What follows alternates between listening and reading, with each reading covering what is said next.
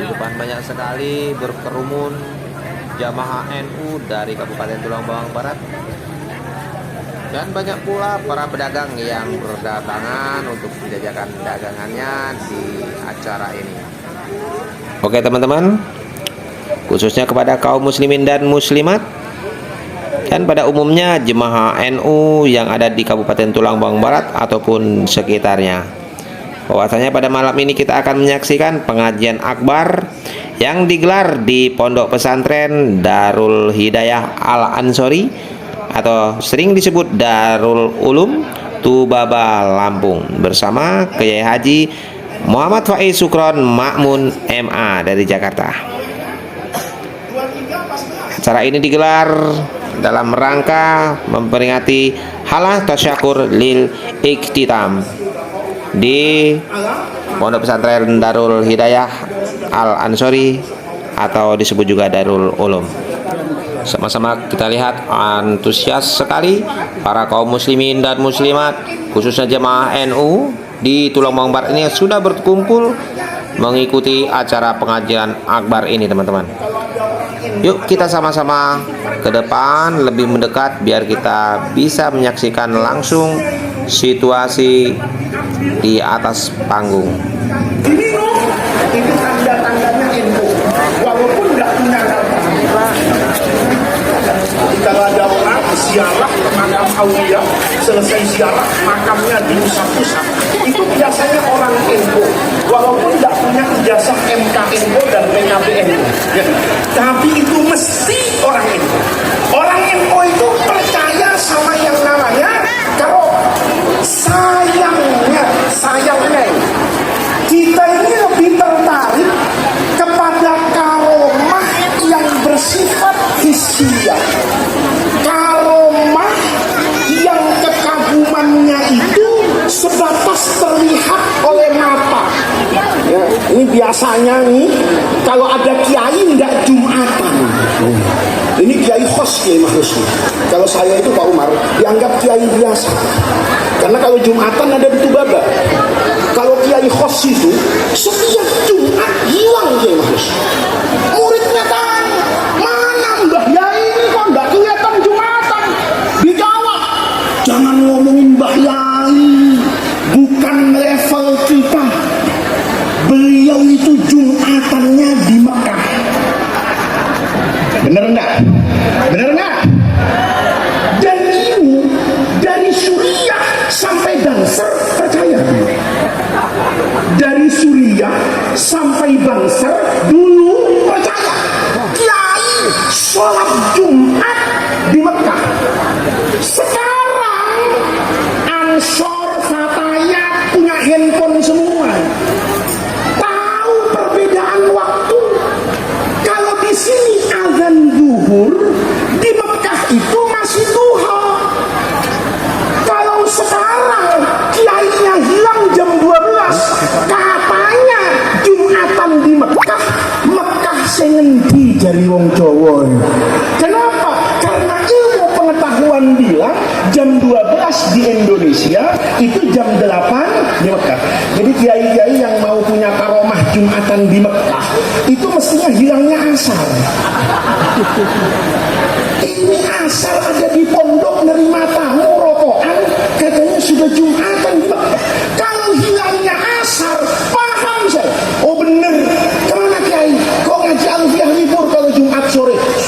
Kiai sholat Jumat di Mekah itu mantik nerima.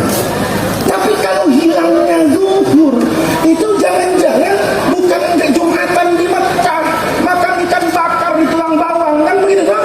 Nah, ini namanya karomah hissiyah. Karomah hissiyah itu kadang-kadang lebih jadi perhatian kita. Kalau ada kiai, air ludahnya itu, Pak Umar, ya, asal ada orang sakit disembur sehat. Saya itu nyembur paling takut, Pak. Apalagi waktu corona. Ada murid saya bilang, Gus, sembuh saya. Jangan, saja. Barokah belum tentu, karomah tidak ada, coronanya transmigrasi ke saudara, kata saya. Ini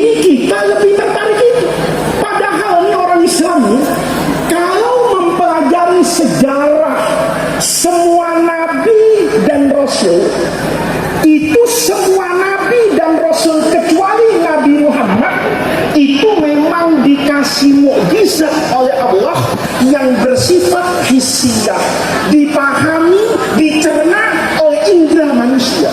Beda dengan Rasulullah. Rasulullah ini makanya Imam Ibnu Malik itu kan warathatul anbiya, mewarisi nabi. Di mana karomahnya Ibnu Malik itu ya alfiyah, karomahnya Ibnu Ajurrum itu ya jurumiyah, karomah yang tahan lama, karomah yang awet, karomah yang mampu memberikan manfaat sepanjang zaman. Yuk. Ini kalau belajar akidah, mukjizat Nabi sebelum Nabi Muhammad itu beda dengan mukjizatnya Nabi Muhammad. Kenapa? Karena Nabi Muhammad ini Nabi akhir zaman, berhadapan dengan manusia itu nanti ribuan tahun agamanya. Beda dengan Nabi Ibrahim. Maka Allah kasih mukjizat hissiyah. Hissiyah ini kata ulama istimewanya sebentar. Kalau istimewanya awet itu malah mendatangkan mafsadat, tidak mendatangkan maslahat. Coba misalnya, Bu,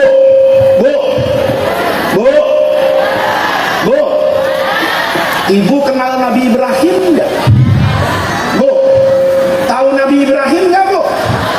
Nabi Ibrahim Nabi hebat enggak, Bu? Kenapa Nabi Ibrahim hebat? Saya Pak Umar itu pernah pidato depan anak SD. Ya, itu tega juga kepala SD ngundang saya, ya.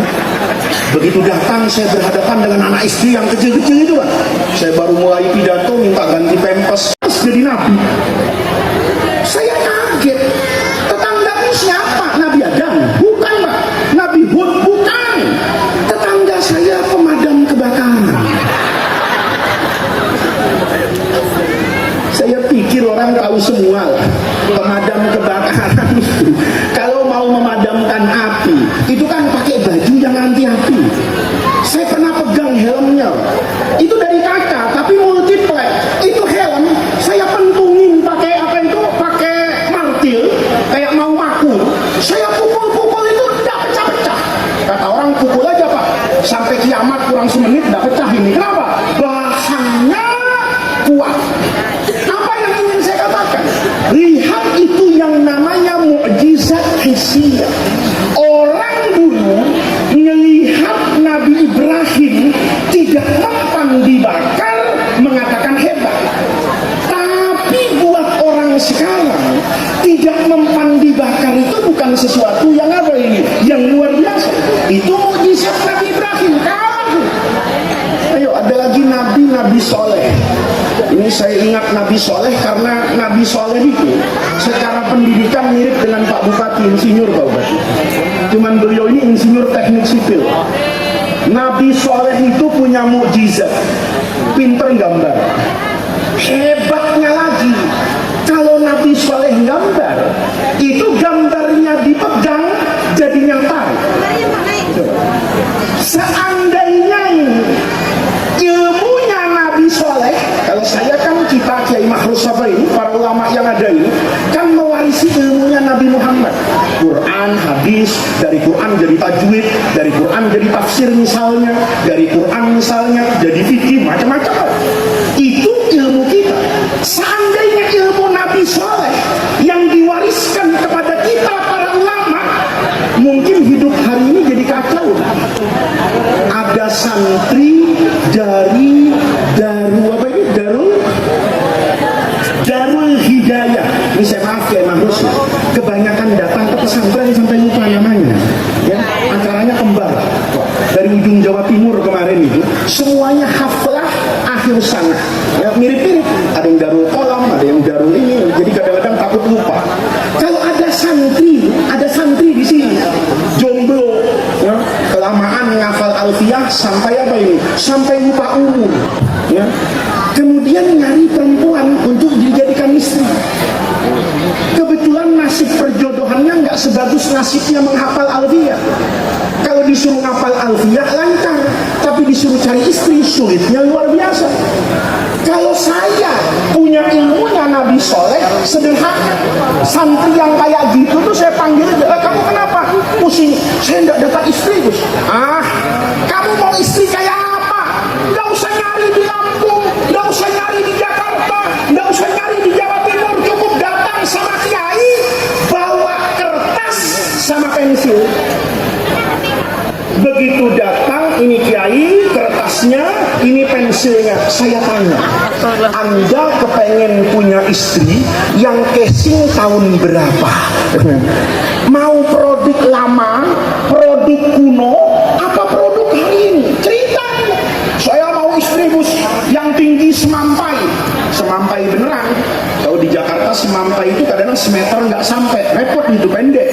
Semampai, hidungnya begini, matanya begini, rambutnya begini, warna kulitnya begini. Saya gambar itu. Begitu jadi, saya tanya, kamu mau punya istri kayak begini? Cocok. Saya pegang jadi perempuan cantik beneran. Kira-kira hidup ini jadi baik apa jadi tidak baik? Jadi baik apa jadi tidak baik? Baik. Yakin baik? Hah? Anda semua nanti punya istri nggak punya mertua? Pertanyaannya secara fikih, lalu siapa walinya? Kenapa? Dia lahir dari kertas dan bolpoen. Kan begitu. Nanti kalau seperti ini, semua orang kasihan. Anda yang laki senang karena dapat istri cantik. Lalu yang perempuan siapa jodohnya? Panas. Dia datang lagi sama kiai cari suami. Kiai, suami saya ini miring-miring ya. Produk gagal dari pabrik. Gimana caranya dapat suami yang apa ini? Yang baru. Saya daftar laki-laki yang bagus, laki-laki yang tampan. Begitu saya pegang, keluar ini jadi laki-laki tampan jadi suami. Kira-kira kalau seperti ini, hidup bisa kacau nggak? Kacau. Setiap orang tidak punya bapak, setiap pasangan tidak punya mertua. Yang untung itu polisi lalu lintas, Pak Polisi. Karena setiap lebaran nggak usah pusing dengan mudik. Semua orang tidak perlu mudik. Kenapa tidak perlu mudik? Karena tidak punya asal usul. Asal usul semua orang dari mana? Dari kertas. Coba lihat. Yang enak lagi habis pengajian. Saya tanya sama saudara, saudara habis ngaji ini lapar apa enggak? Jawab, lapar. Mau makan apa? Jawab satu orang, saya mau makan sate. Enggak usah saya cari tukang sate. Ambil kertas, ambil ballpoint, saya gambar gerobak sate, saya gambar satenya, kasih orang Madura sekalian, sama kepas, sama kecap, lengkap. Begitu saya pegang, keluar jadi tukang sate, bapak makan sate. Mungkin bapak senang, saya besok pagi mati dicelurit sama tukang sate seluruh Indonesia. Kenapa? Mereka dagang dari pagi sampai sore, dari sore sampai malam, nggak ada yang beli. Semua kalau mau makan sate tinggal datang sama kiai. Itu namanya mukjizat hissiyah. Tapi Rasulullah Shallallahu Alaihi Wasallam itu tidak dikasih mukjizat kayak gini. Mana Rasulullah sama Allah dikasih mukjizat kayak gitu? Tiap menghadapi kesulitan, orang Mekah bilang, Muhammad, bilang sama Tuhanmu itu datangkan kekuatan merubah gunung di Mekah ini jadi gunung emas. Itu terjadi. Allah nggak kasih. Wa ma mana'ana an nursila bil ayati illa an kadzdzaba bihal awwalun. Kata Allah, ya Muhammad kekasihku, bukan saya ndak mau ngasih mukjizat kayak begitu. Nanti ujungnya mereka kafir lagi, mereka ndak beriman lagi, walaupun mereka sudah melihat ayat itu. Rasulullah Shallallahu Alaihi Wasallam itu dikasih mukjizat sama Allah, Al-Quran. Al-Quran itu para hadirin sekalian, maka saya berharap juga santri-santri di pesantren ini setelah punya ilmu dasar memahami. Ini kadang-kadang ada orang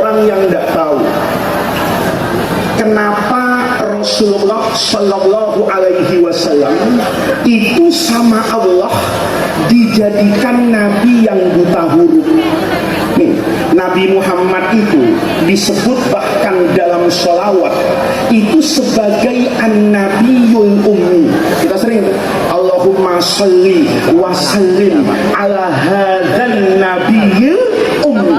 Ummi itu kata orang Arab nisbatan ilal dikaitkan dengan ibu, artinya keadaan setiap manusia saat keluar dari rahim ibunya.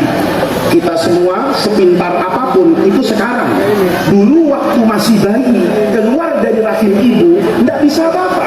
Maka orang yang tidak baca apa-apa, orang yang tidak punya pengetahuan apa-apa, itu disebut al-ummi. Rasulullah Shallallahu Alaihi Wasallam itu disebut nabi yang ummi. Kenapa Rasulullah disebut sebagai nabi yang ummi?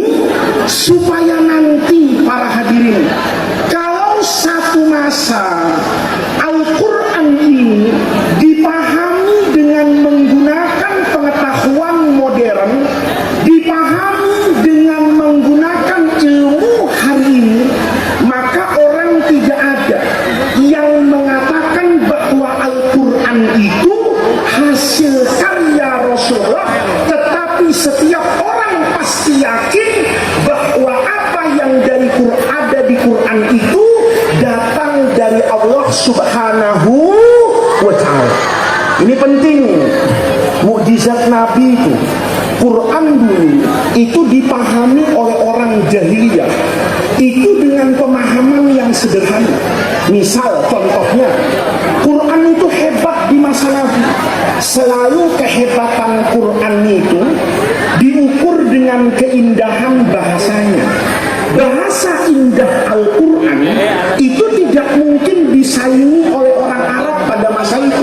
Contoh, kita baca Quran satu huruf aja itu indah. Contoh, ada ayat Quran misalnya Qaf, Shad, ada yang dua huruf kayak Yasin, itu dibaca indah. Coba Anda kan juga bisa ngarang kayak begitu, satu huruf. Kalau kita yang buat indah apa enggak? Bikin aja surah. Kalau tadi ada surah Shad wal Qur'ani dzikri itu enak.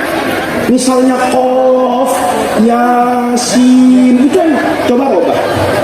Yang Shad jadi ba, dibaca ba. Yang baca orang Tegal lagi itu mantap itu. Yasin rubah saja.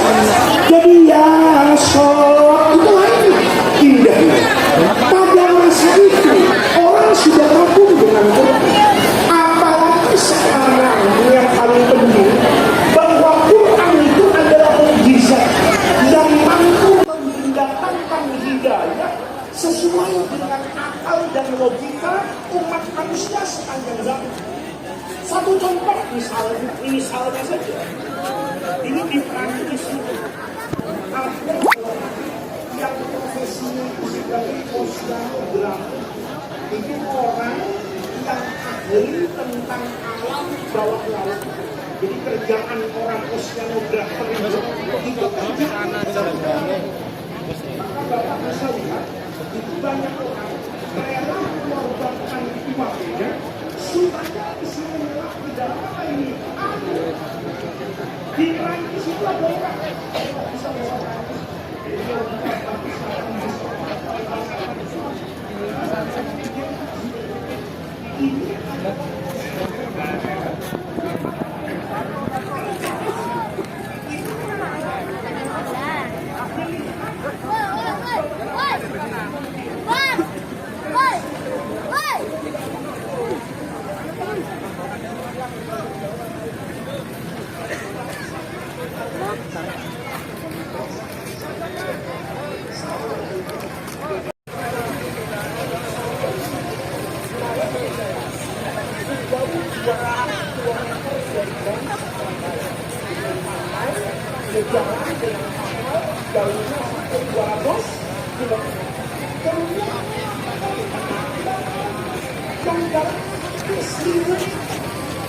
Kata James saya dapat air laut kalau jaraknya dari pantai lebih dari 200 km.